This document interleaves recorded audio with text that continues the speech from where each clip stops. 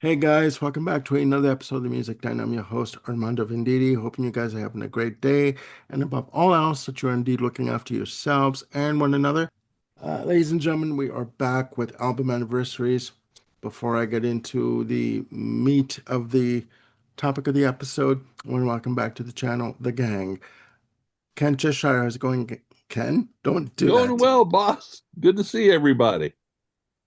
That's only coffee in his cup, he promises. Jim Oh, Bricker, no. how you doing? I am doing fine. I'm waiting for the coffee to kick in. This could be a big train wreck, but There we'll you see. go. There you go. Sagosh, how are you? I'm good, Armando. Thanks. Yes, between the four of us, Sagosh is the one that's most sober, ladies and That's gentlemen. right. Now, we are here again to celebrate and acknowledge the anniversaries of various albums, celebrating their. This is part one of a three-part episode. We are looking at albums in this episode that are celebrating their 60th and 50th anniversaries. We've got three albums to talk about, and this is quite the list here. So I'm going to call up my list, ladies and gentlemen. And as you can tell from the way we're acting, the script is at the fucking window. We're just going to have fun with this, okay? Um, the first album on our list here, we have The Supremes, Diana Ross, Murray Wilson, Florence Ballard. Whoa, what a list here. With I Hear a Symphony, released February 18th, 1966, through Tamla Motown, recorded at Hitsville, USA. With a playing time, a whopping playing time, ladies and gentlemen, massive, of 33 minutes and 43 seconds. Produced by Holland Dozier and Norman Woodfield. I'm going to give my opinion of this album at the very end, as is customary with these episodes. So, who do I pick on first? My mama told me to pick you. Ken, go for it. Thank you, boss. 1966. The little 7-year-old version of me. Oh, Lord. Um, hearing the singles off of this on a AM radio, transistor radio, 20 something miles away from the radio tower where it kind of has all the scratchy sounds in it. I forgot how great this album is. And it's a very deceptive album because, you know, um, uh, I think three singles. You got the title, you've got the big hit, My World is Empty Without You. Also, I remember a Lover's Concerto getting a lot of play on this too. But when you put the album on, you automatically get two covers. You get Stranger in Paradise, which is, I think, from a Broadway show, I think. And then you get the Beatles Yesterday. So it's a deceptive album because it's a mixture of standards at the time, plus those incredible Holland Dozier Holland originals. And of course, backed by brilliant musicians behind them. It wasn't it was very common back in the 60s for artists to be covering um, current releases by other artists. And covers were just in general were much more common. It Yeah. seems weird now, but it was standard then. And then it goes into I Hear a Symphony, then Unchained Melody, which was very popular, back then, specifically by the Righteous Brothers. Hmm. But there are other good songs. Any Girl I Love, um, Any Girl in Love, excuse me, is fantastic. Everything is good about you, and a really good closure calls He's All I Got. Um, this is truly, for me, a really good feel good album. There is the nostalgia factor because I absolutely love 60s Motown and all that. I've got several Motown anthologies from back in the day, and It's just, you know, if I had room in my house, I'd probably get a jukebox and just fill them, you know, with old songs. Hmm. This the album definitely gets a good two thumbs up for me. I love it. This old man loves it. So there you go. Okay. All right. Thank you. Sagosh, your opinion? So, like with a lot of Motown artists, this was my first full-length LP by the Supremes. I was familiar with their hit singles before. Uh, it's a good album. I mean, there is nothing I can fault it for. The singing is top-notch. The production is terrific. The musicianship is fantastic. Those are all Motown standard. You know, they never set a foot wrong on any of those departments. But for me, it lacks a little bit when it comes to the covers and the standards. Maybe that's just because that kind of music really isn't my thing. But especially given that they're front and center, it starts off with covers, and the original work comes in much later. I felt like it. I think they were trying to do something there, with especially with the title of "I Hear a Symphony," trying to make it more, string driven or whatever it is. But I feel like the power doesn't really come across on those covers for the most part. There's no denying once the Holland Doja Holland songs come out, that's real Supremes. They're really kicking it there. But it's a mixed bag for me. The originals are terrific. The covers, I could live Not without so. them. Yeah, I got it. Okay. All right. Thank you so much, Sagosh. Jim? Me, I think I'm closer to Sagosha's viewpoint on this record than the old man in the corner down there. Um, I I'll let's get the obvious out of the way. I hear a symphony and my world is empty without you. 11 out of 10. Perfect Motown songs, perfect songs, period. Holland, Dozier, Holland, their compositions are just, they're at the height of their superpowers at this point. Um, as an album, though, woof, this is I was really kind of wrestling with this, like, why is this not connecting with me? And I sort of centered on the fact that I don't think it plays to the strengths of either Diana Ross or the trio of the Supremes.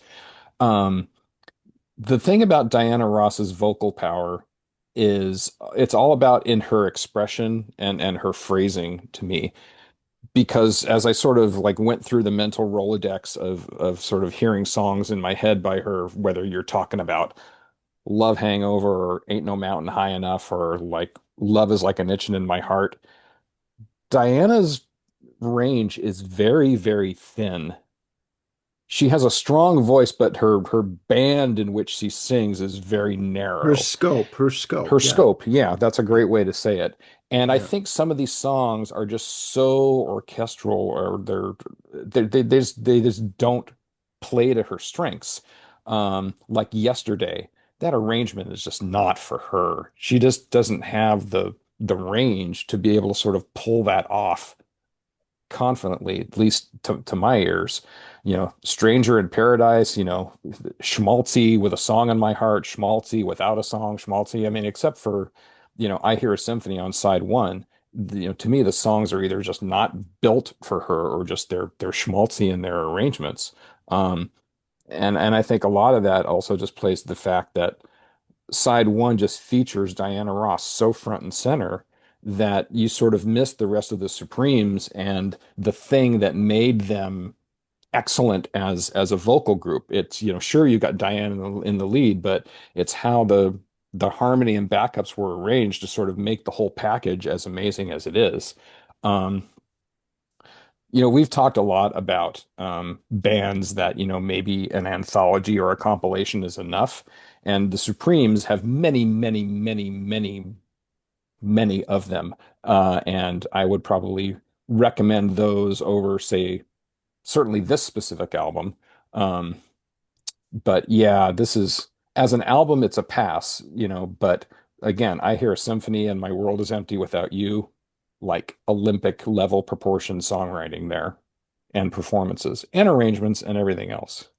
But I hear a symphony as an album, eh, I shan't be returning.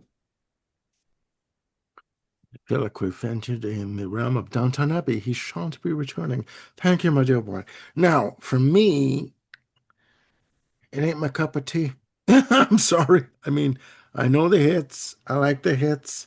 I'm in agreement with Jim. This can be the quickest review for me. No. It's just not my cup of tea. Keep it to a greatest hits, an anthology, even a box set, fine. But to sit there and listen to Diana Ross, no, can't, I just can't do it. Can't do it. And I like the fact that you referenced Love Hangover. Ooh, 76. That's pretty good, man. That's pretty good. I mean, we're talking, like looking for Mr. Goodbar there. Not in the movie, like that's a pretty good. Down, boy. No, I'm telling you about soundtracks. That's on the soundtrack, but Okay. I'm just saying. Um, but no, it's not for me. I would not go back to this at all. It's yes. I have a request that at some point you put together a super cut of all the albums with like the album cover and you just saying no in the background for all the ones that have happened on this channel. I think about that. And that can be the whole video. It can be just a 10-minute super cut. No, No, no, no, no, no, no, no. no. It's just not for me. I'm not a sorry, Sagoshi, you cut out there. They're presenting Armando Venditti as Simon Cowell. Yeah, yeah. Thanks a lot. No, No, again, it's again, ladies and gentlemen, no script. The album is just not my thing. I'm sorry. Um, uh, yeah, and I agree with Jim about her, Diana Ross's vocals range or lack of scope. Um, very thin, very tinny kind of. It's like it's Yeah, but when she's got the right material, oh, it's just dialed in. It's perfect. I just think that so much of this material just does not play to her strengths at all. Poor production choices there by Holland. yeah, yeah. Oh, there you go. All right, ladies and gentlemen, we must move on. Our next album, from the Mamas and the Papas, If You Can Believe Your Eyes and Ears, released on February 28th, 1966, recorded from October to December of 1965, released on Dunhill Records, later through MCA Records, again with a whopping playing time of 33 minutes and 42 seconds, produced by Lou Adler, featuring the hits Monday, Monday, also Straight Shooters, another track on this album, but California Dreamin'. And a little footnote, this is the only Mamas and Papas album to hit number one on the Billboard charts, according to the information I was able to attain. Uh, again, I'll give my opinion at the very end. Ken? I think the initial success and popularity um, of this album was from all the pot being smoked at the time. Um, you've got Monday, Monday, Go Where You Want to Go, and California Dreamin', which for me are the three most recognizable songs. They are also the hardest excuse me, rocking songs on the album. Oh, he used The air rest of it, quotes. the rest of it, huge yawn from me. Um, oh, and they close with a song called "The In Crowd," Yeah, which is such a good song, but not on this album. It's like, holy cow, they almost ruined it for me. that's the W. Um, Gray cover, The In Crowd. oh yeah, and all the wonderful jazz covers of that song. One of my favorites, but oh my gosh, I wish I'd have stopped listening before I got to that. That was so depressing. So yeah, um, California Dreaming and Monday Monday. Um, I understand that they're still very popular. Not my favorites. But like I said, other than that, the rest of the album is for me, it's just so ugh. Yeah. Yeah. Like I said, yawn, Okay. it's just like I felt myself kind of fading away listening to it. So So not like yawn hammer, just no, yawn, I'm tired. Okay, Oh, no. gotcha. All right. Lord, Lord. Yawn like I'm bleeding out and losing consciousness. Yeah. Bleeding out, you say? Whoo. Okay. All right. That is nasty. Okay. I get it. I understand. Oh, Okay. Lord. All right. Jim is sipping his coffee. Sagosh, your opinion of this album? Well, the Mamas and the Papas are fundamentally known for two songs, and I think when you listen to this album, you realize why. Those two songs are undeniable. They're both fantastic, and they still work. They're still relevant. They're still, evergreen. But they don't seem to have done anything else worth the while, which is a shame because they're a really good vocal group. And, they've got the chops for sure. But as songwriters, somehow, aside from those two little sparks of genius, nothing else has come across. And their covers are, middling to say the least. Everything is arranged as per their, vocal dynamics specific to the band. And while that works for some of their own songs, it does not really work for most of the covers. I found the cover of I Call Your Name kind of interesting because it is, at its core, sort of a sad song. So the slowing down and the more mournful and sad delivery kind of works there. But then they try to do the same thing with Do You Wanna Dance, which is a disaster. Yep. Okay. There's some very questionable arrangement choices here. It's like, this is what we do, and we're going to hammer every song into this format. And that to me does not work. That works for Monday Monday. It works for California Dreaming because those are their own songs and they're written according to their aesthetic, according to their strengths. Everything else just feels like hammered in. The only other song that got any kind of attention for me was, I think, Got a Feeling. That had some interesting ideas. hmm But the rest of it is, I mean, it's average 60s pop. You probably heard a lot of stuff like this back in the day. It's only those two songs that really stand out, and Yeah. they Yeah. only deserve to be known for those two songs. Two song wonders, yes, and I deservedly get it. so. I get it. I get it 100%. I get it 100%. Yeah. Okay. Jim. I think the only thing I can add that hasn't been stated is just the fact that this is, well, actually, Sagosh, you did touch on it. This is pretty standard 1960s fare where you've got, a couple of hit singles, fantastic stuff, but the rest of it is kind of shoehorned around it to create product and Yeah. push it out there in the market. Um, I, totally agree. California Dreamin' and Monday Monday are evergreen, you know, right up there with a couple of Mount Olympus songs that we kind of talked about from the Holland Dozier Holland songbook. Mhm. Um, but yeah, they just didn't have enough stuff to sort of warrant a full kind of compelling album. I mean, there's no denying the absolute perfection of those two songs and just the way they all sound together, from a harmony standpoint.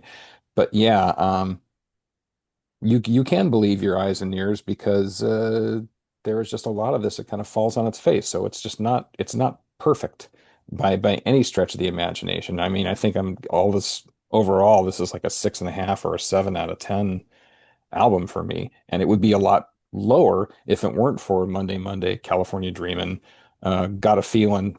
Glad you called that out. I enjoyed that one as well. But the rest of it is just kind of, no,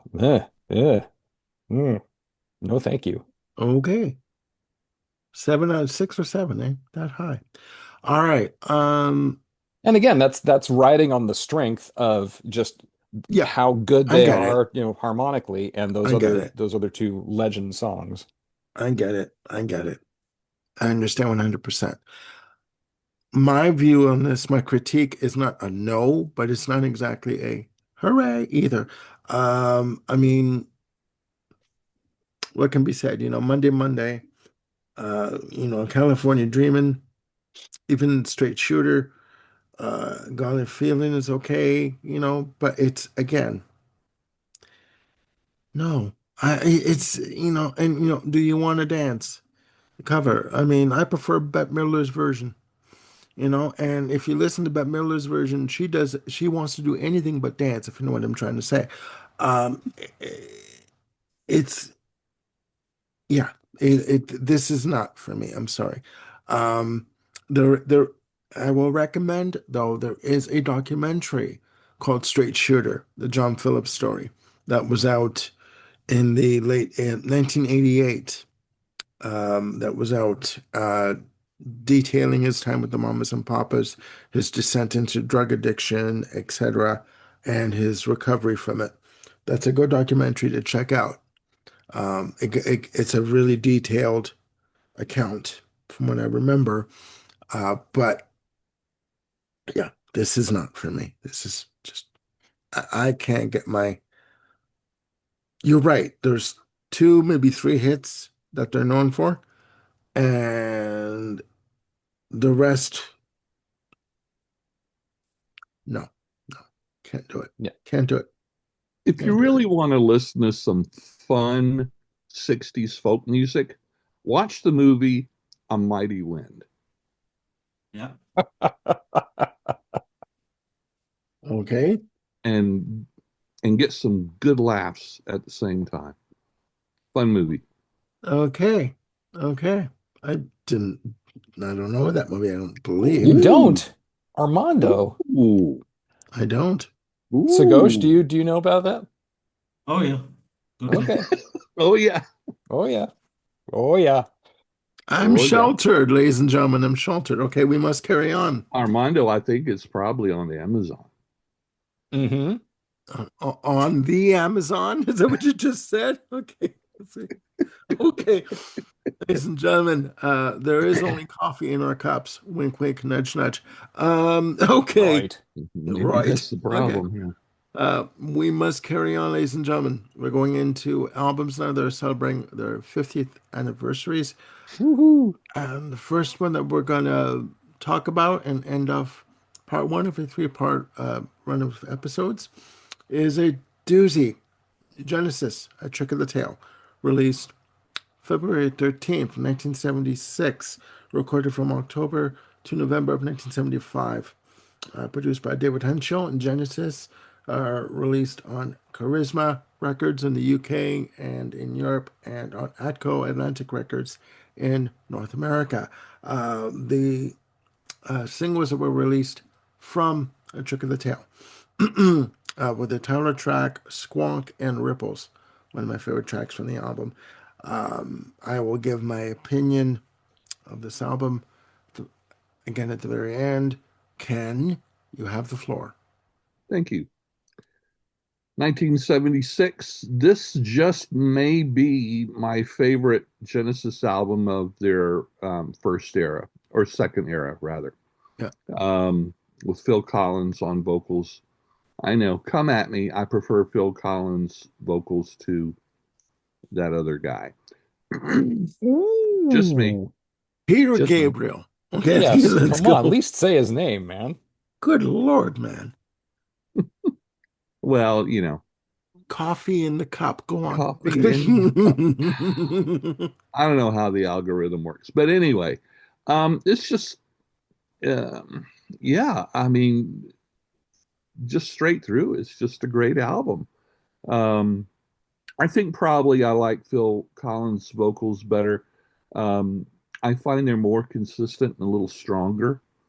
Maybe that could be chalked up to production rather than performance. I'm not sure, but but either way. Yeah, for the second era of Genesis, this just may be my favorite album. I think it speaks for itself. It's very popular still to this day. Um, uh, yeah, Squonk, give me a break. Trick of the Tail, um, Madman Moon. Yeah, and for me, you know, a lot of people talk about their favorite tracks.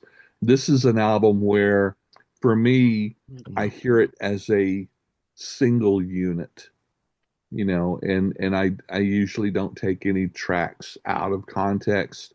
I usually don't skip everything. It's just a solid. If I had it on vinyl, there wouldn't be any separation between the grooves. It's just something that I play all the way through.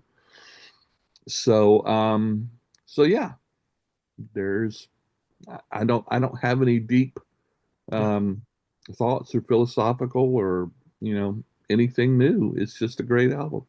Yeah. Good is good. Yeah. A good album is a good album. Okay. Thank you very much.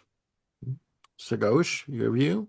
First up, I have to say that I'm not really thinking up examples in my head, but just just going randomly of what I can recollect, I would say arguably this is maybe the strongest ever album by a band that's lost a key member. I can't immediately think of any other band that's come up so strong after losing, you know, the guy who was literally doing all the, heavy lifting for them in terms of singing and songwriting. I mean, of course, the others had the musical side of it locked up, but Peter Gabriel, was the whole creative vision behind Genesis at this point. I mean, the ideas, the concepts, the whole theater behind Genesis live show, it was all, his brainchild really. And to come out of that in fairly quick time and manage not only to make a great album but also find a vocalist from within your own set and not have to go out and hire another one, and lo and behold he's as good. That's something very, very rare. And yeah, I think Trick of the Tail Yeah. is at least as strong as anything from the Gabriel era. It lacks some of Gabriel's more whimsical departures here and there, but that could be a plus or a minus depending on which way you look at it. Because sometimes he did go off excessively.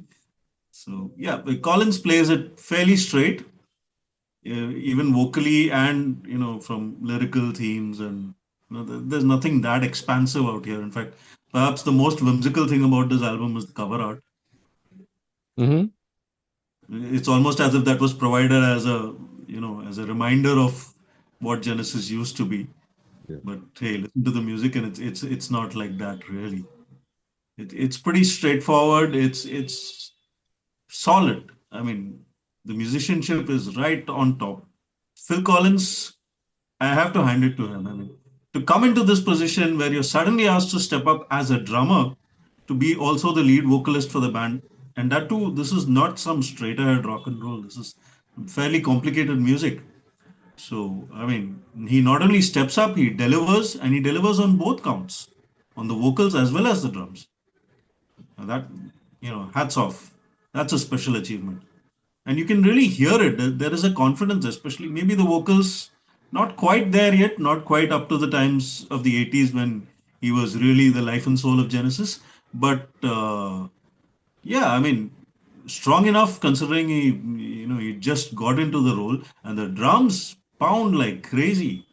I would say, he has a confidence here on the drums that I didn't hear on, Gabriel era Genesis albums for whatever reason, whether it was just a function of him being de facto leader of the band and therefore he gave himself more room, uh, or just that you know somehow the aesthetic of the band previously did not allow for such heavy drums. But the drums on this one are heavy.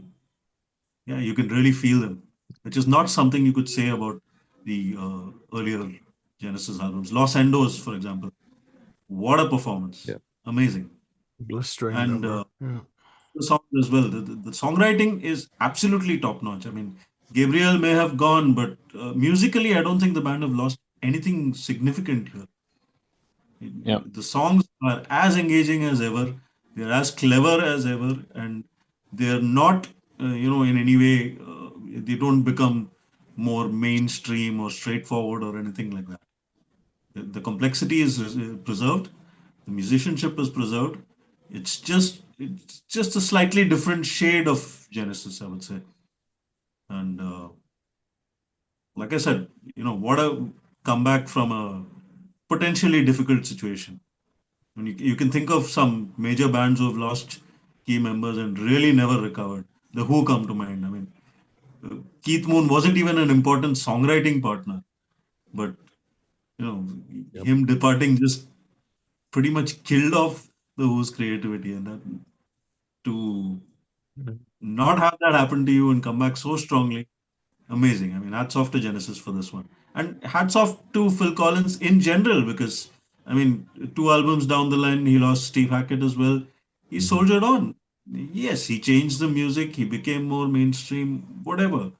But he did his own thing, and he kept the band going. He kept his success. Yeah, I think he deserves the accolades. I think there's a lot of very harsh criticism of Phil Collins. I don't think is warranted. Okay. Okay. Thank you so much, Jim. Me, my turn. Okay. Yes, Jim. So, Trick the Tail for me is it's darn near perfect. I absolutely love this album. Side one to me is absolutely perfect. 10 out of 10 Mhm. across the board. The only weak spots on this album, and it's kind of difficult to call them weak, for me are Robbery, Assault, and Battery and A Trick of the Tail. But even those are like 8 out of 10, 9 out of 10 songs for me. They just don't reach the heights of all the other songs that are on there. Um, I totally agree with Sagosh about just, that Genesis did not just, maintain. They actually kind of upped their game. I think a lot of that sonically has to do with David Henshell's touch on the production and them, you know, just more modern production techniques and of course focusing on the drums and it doesn't hurt that, right out of the gate you've got Dance on a Volcano with this, bam, bam, bam, bam, brr, bah. I mean, that just it's drums in your face right out of the chute. Yeah. Um, the Yeah, I mean, Phil Collins certainly was oversaturating the 1980s. And I think it unfairly maligns a lot of his work, prior to that, especially this, mid 70s Genesis era, especially, his work with Brand X. I mean, people just either they're ignorant to the fact that he was a drummer or they don't remember what a just amazing off the chart drummer that he was. But even that, doesn't kind of speak to the whole of what makes this album so great because it's truly, what Hackett brings in, what Tony Banks brings in, Mike Rutherford.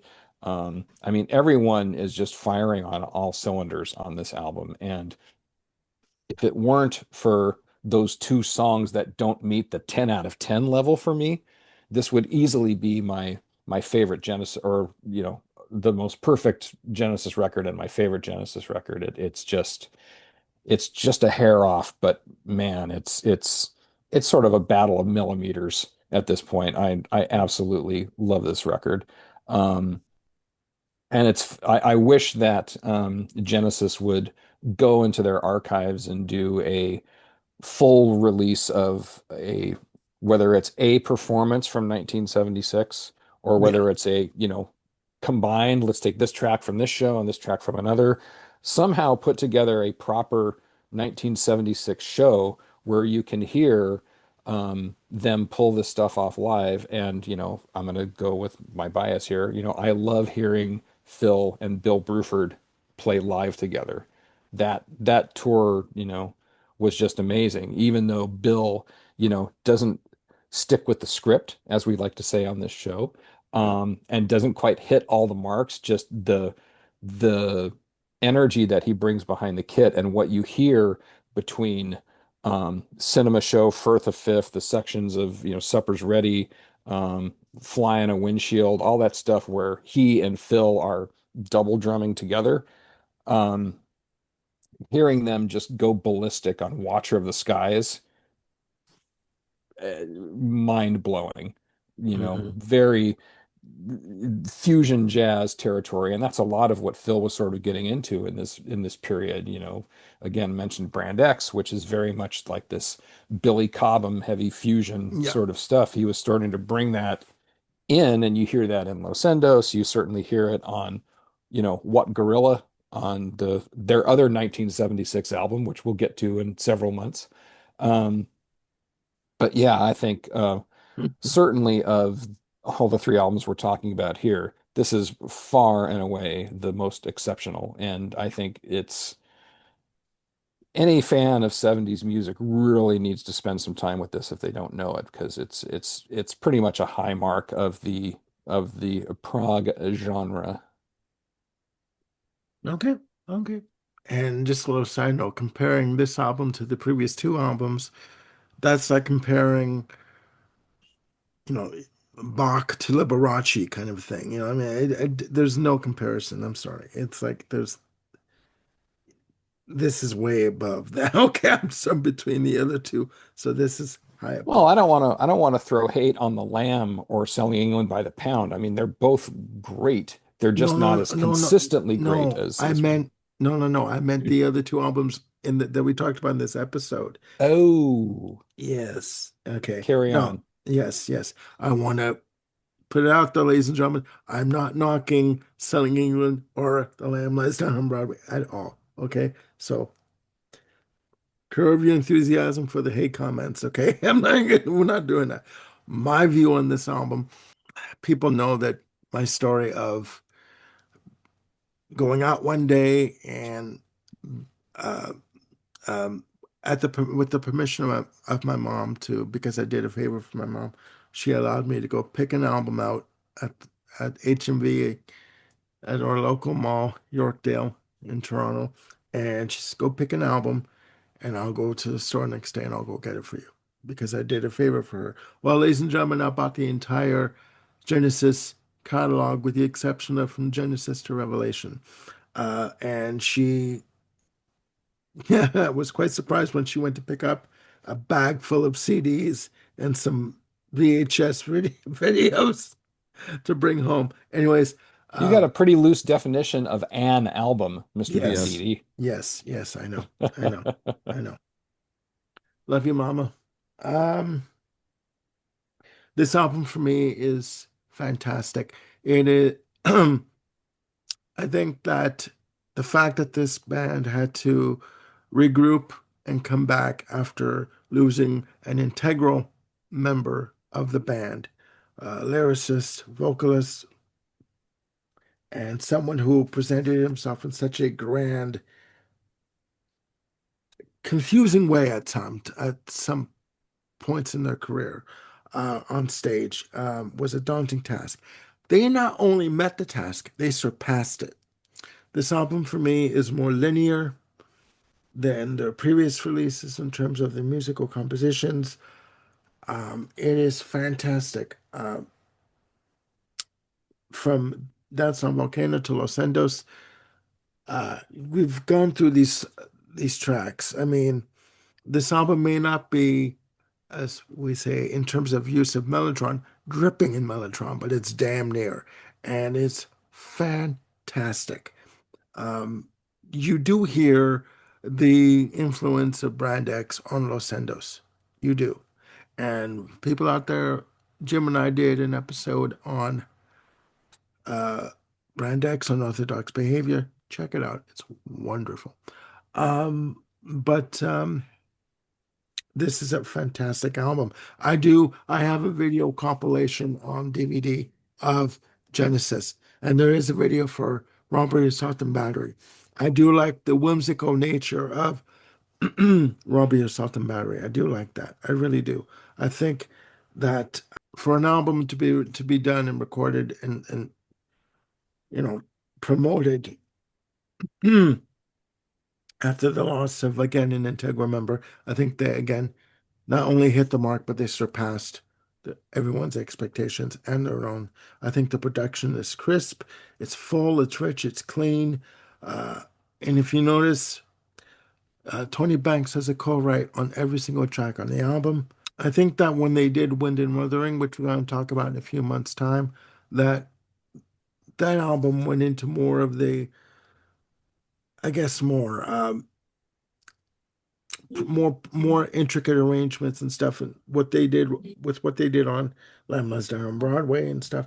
But I think for this album, they just did a fantastic job at just knocking it out of the park. If you want to go for baseball terms, I think it's a great album. I think it's on point, and for everyone out there at the time who thought that Phil Collins pushed Peter Gabriel out of the band, there is a 2007 interview for the reissues of the back catalog and for the reissue of A Trick of the Tail, where Peter Gabriel says that story is utter bullshit. It never happened. So get that thought out of your head. I think that this is a great album. I think that it's